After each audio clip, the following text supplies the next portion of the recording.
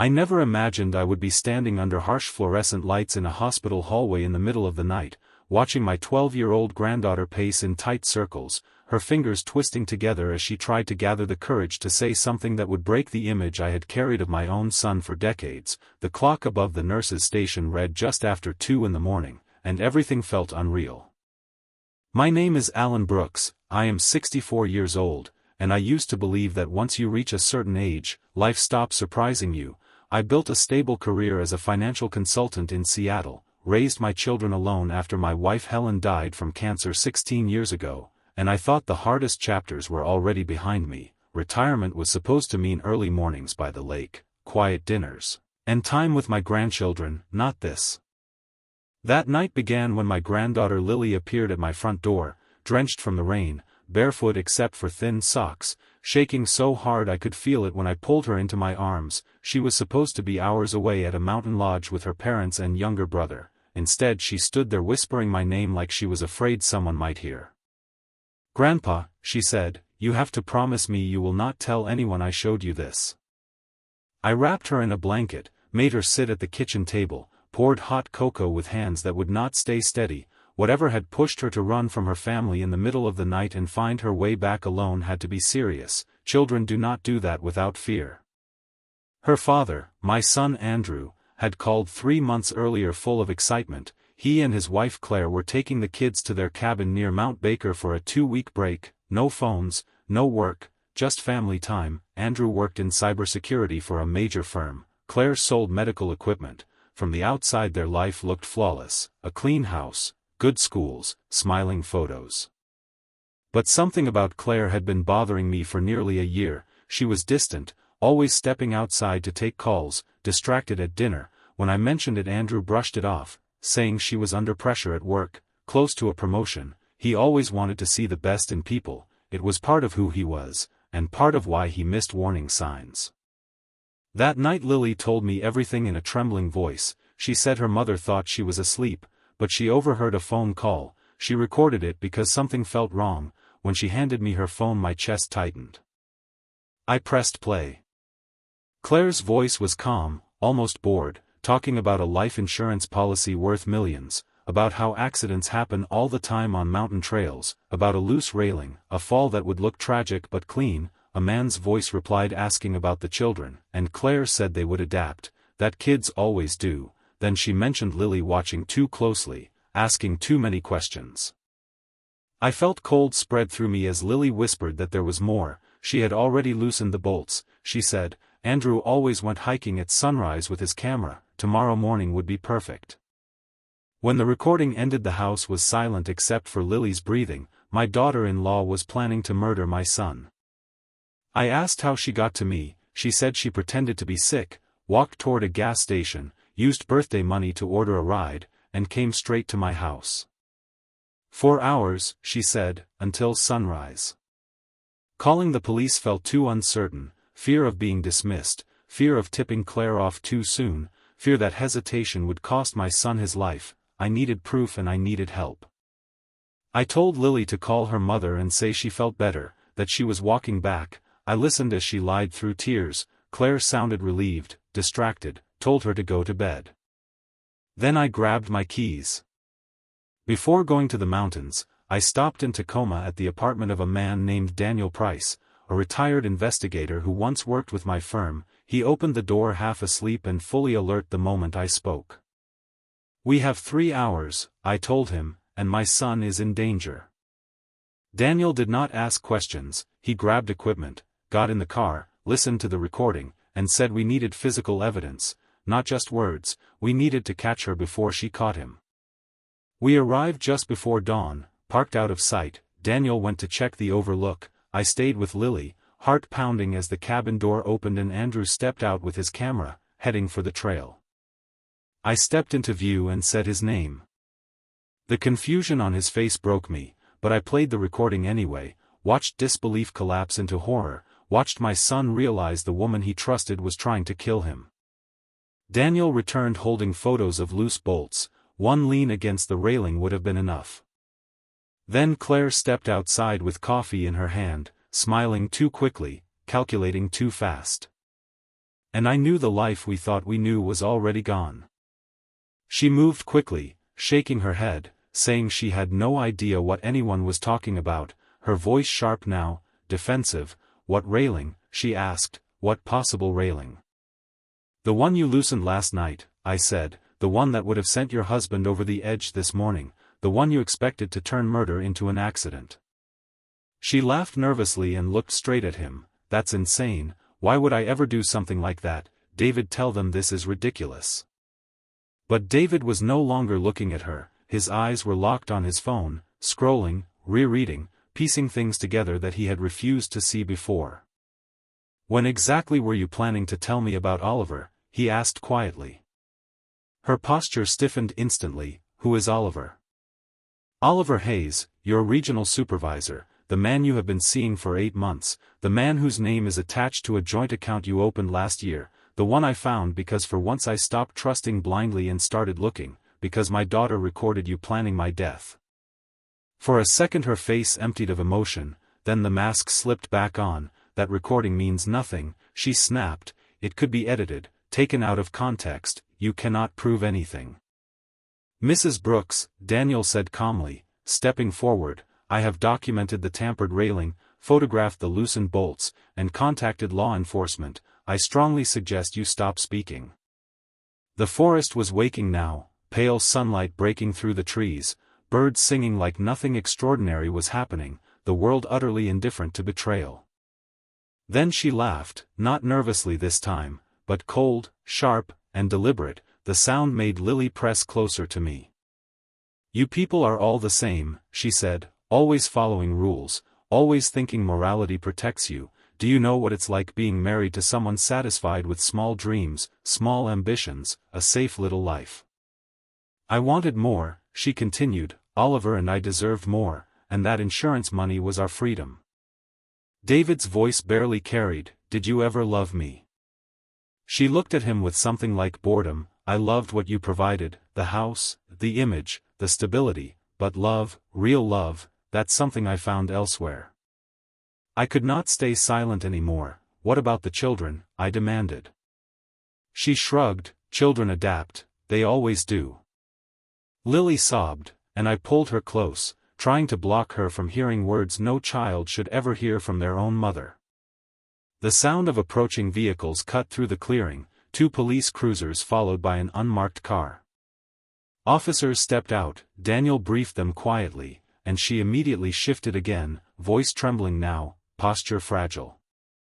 Thank goodness you're here, she said, my father-in-law is confused, he's elderly, this is all a misunderstanding. But the officers were already holding evidence. One of them raised a phone. Ma'am, we have reviewed the recording and the physical evidence, you are coming with us. As they placed her in handcuffs she looked once more at Lily, not with regret, not with love, only calculation. Lily buried her face against my chest, shaking, while David stood frozen, watching the woman he married disappear into the back of a cruiser. Her younger brother appeared in the doorway rubbing his eyes, asking why Mom was leaving. That was when my son finally collapsed, years of trust and denial breaking all at once. The hours that followed blurred together, statements, counselors, quiet professionals trying to stabilize what had shattered. One detective told me something I will never forget, that Lily saved her father's life, not because she was fearless, but because she chose courage anyway. Later that evening, after the chaos settled, we stood by the water, father and son, and he asked how he could have missed all the signs. Because you loved her, I told him, and love without suspicion is not weakness, it is humanity. That night I cooked dinner, simple food, familiar smells, trying to restore something normal. While Lily helped me in the kitchen she finally asked the question she had been holding inside. Do you think him like her? I knelt and looked her in the eyes and told her the truth. That who we are is not defined by the people who fail us, but by the choices we make when it matters most. And she had chosen to save her family. That is who she is. Children heal in strange layers, not all at once, not in a straight line. Lucas understood only the surface, that his mom had done something very bad and that she was going away, but the real weight of it had not landed on him yet, not the way it lands on older kids, not the way it lands on the adults who know exactly what almost happened. Emma did understand, she understood too much. She had nightmares about the cliff, about the sound of wind, about her father stepping forward and the world dropping out beneath him. She carried guilt like a heavy backpack, guilt for recording her own mother, guilt for betraying someone she was supposed to love, even while every adult in her life told her she had done the only right thing. Her therapist explained it to me in careful words, that when a child has to protect a parent from a threat, especially a threat inside the home, it creates a particular kind of trauma. The child's brain learns that safety is not guaranteed by the people who are supposed to provide it. The therapist also said Emma was resilient, that she had support, and that resilience does not erase pain. It just gives you a way to carry it without breaking forever. David moved in with me for a while. The house in West Vancouver felt haunted to him, too many memories, too many moments that had been real to him even if the woman beside him was living a lie. Most mornings I would come into the kitchen and find him sitting at the table, coffee in front of him going cold, staring past the cup as if the steam might explain what happened. About 2 months after the arrest, Michael Patterson came by for dinner. He checked in often, helped David understand the legal steps, helped us keep our footing when everything felt like it might tilt again. After the kids went to bed, the three of us sat on the back deck with whiskey, the Vancouver lights blinking across the distance like quiet witnesses. "I cannot thank you enough," David said, looking at Michael. "If you had not been there, if you had not known what to do." Michael waved it off. "Your daughter is the hero here. I only documented what she uncovered." David shook his head. "You still dropped everything in the middle of the night. You knew exactly what to do. You probably saved my life." Michael turned his glass slowly, thinking, then he said something that surprised my son and reminded me how long life keeps its own ledger. "You know, your father did that for me once, years ago, when I was drowning in my divorce and nearly lost everything. He hired me when nobody wanted me. He gave me dignity when I did not have any left. Kindness like that does not come with strings, but it does create bonds. The kind that make you show up at 2 in the morning without asking why." I had almost forgotten. Michael had been a wreck when I hired him, crushed by a separation, fighting depression, overqualified on paper but bleeding on the inside. I had seen a good man at a low point and I took a chance. "We help each other," I said. "That is what community means, that is what chosen family means." David stared out at the city lights and said something that sounded like pain turning into clarity. "I keep thinking about what she said, about how I was content with my little life. And you know what, she was right. I am content. I love being a father, I love coaching Lucas' team, helping Emma with her projects, I love my job even if it is not glamorous, I love fishing with you, Dad, dinners, ordinary things. The kind of life she called small. Being content is not a flaw," Michael said. "Being grateful for what you have, finding joy in the everyday, that is maturity." Your wife confused intensity with meaning, ambition with virtue. She is the one who loses, not you. David's voice dropped. "I worry about the kids, especially Emma. She saw the worst of her mother, she had to act. That is not fair." "No," I agreed, "it is not fair, but life rarely is. What matters is what we do with the unfair hand, and Emma chose courage. She chose to protect the people she loved. She can hold that truth for the rest of her life." The trial came a few months later. Jennifer pleaded not guilty despite the mountain of evidence. She seemed to believe she could twist reality until a jury doubted its own ears. The prosecutor, a sharp and relentless woman named Rachel Ortega, took it apart piece by piece. The recording, the photographs of the loosened bolts, expert testimony explaining exactly how the railing would have failed, how a fall would have been fatal, how zero chance of survival was not an opinion but physics. Then they called Emma. I will never forget watching her walk to the stand, small in that huge courtroom, shoulders back, chin lifted. Jennifer's attorney tried to turn her into a confused child, manipulated, coached, made into a weapon, but Emma did not wobble. "I know what I heard," she said, clear and steady. "I know what my mother said, and I know that if I had not gone to my grandpa that night, my dad would be dead." The jury deliberated less than half a day, guilty on all counts. Jennifer received 20 years with parole eligibility later. The man she plotted with got time too, less than hers, because when police knocked on his door he folded fast and talked. trying to save himself from the consequences of what he helped start. When the verdict was read, Jennifer turned back toward us, and for one brief second I thought I saw something: regret, realization, grief for what she destroyed. Then her lawyer touched her arm and the mask returned. She turned away, and that was the last time I saw her face. David cried quietly, not theatrics, just tears sliding down as if his body finally let itself feel the truth. Emma sat between us holding both our hands. Lucas was not there. 7 is too young to listen to details about a parent trying to kill the other parent. Outside the courthouse, reporters tried to shove microphones toward us. Michael kept stepping between them and our family, repeating that we had no comment, asking for privacy until his voice went hoarse.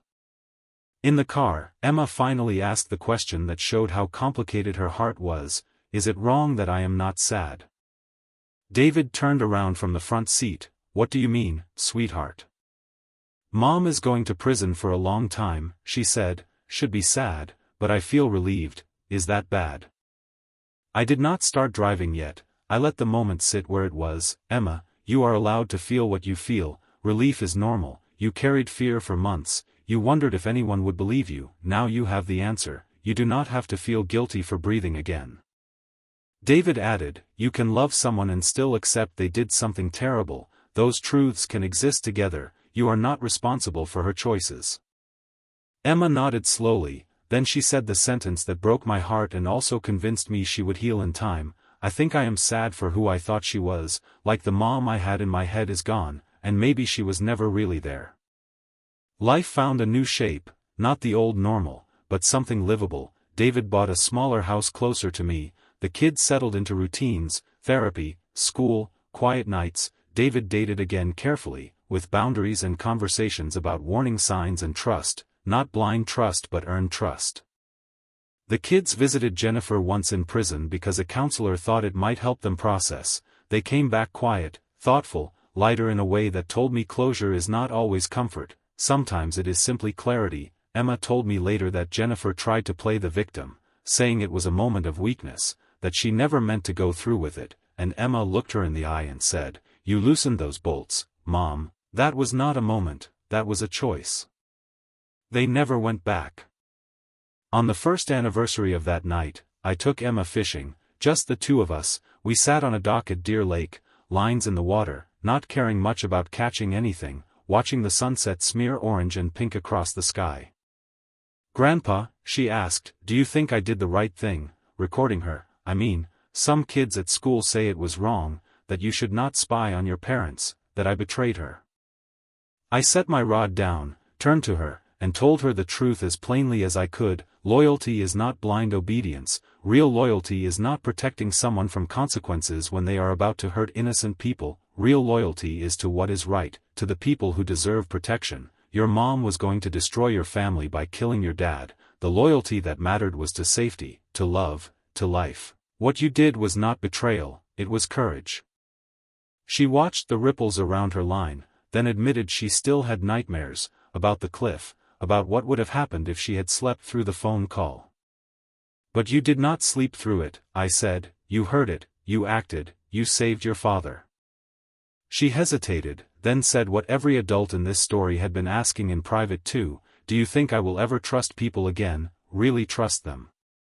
Trust is not all or nothing, I said. It is given in degrees, earned over time through consistent actions. You do not have to trust blindly again, and that is not bitterness, that is wisdom. You can be open and careful at the same time. We sat there until the stars came out, and right before we packed up, she caught a fish, a good rainbow trout. It fought hard. She reeled it in with the same determination that carried her through the worst night of her life. When we leaned over to release it, she paused and looked at me. Grandpa, thank you for believing me, she said. You could have sent me back, you could have told me I was being dramatic, but you believed me right away. You acted. That saved Dad too. I hugged her, and said what I meant with every part of me: I will always believe you, I will always have your back. That is what real family does. We drove home through the night, city lights reflecting on the water, and when we pulled up to David's place the windows glowed warm. Inside, David and Lucas were building something out of Lego at the table, and Michael Patterson was there too, helping, laughing softly, steady presence, steady hands. This was our family now, scarred, unconventional, still healing, but bonded by what mattered. We had faced the worst kind of betrayal and we did not let it turn us into stone. We protected each other, we showed up, we stayed. Because for every person who chooses greed and cruelty, there is someone else who chooses bravery at 12 years old, there is someone who drives out at 2 in the morning without hesitation, there is someone who believes a child when she says something is wrong. And at my age, that is the lesson I hold on to, not that darkness exists, but that we get to choose whether we add to it, or become the light that guides the people we love back home.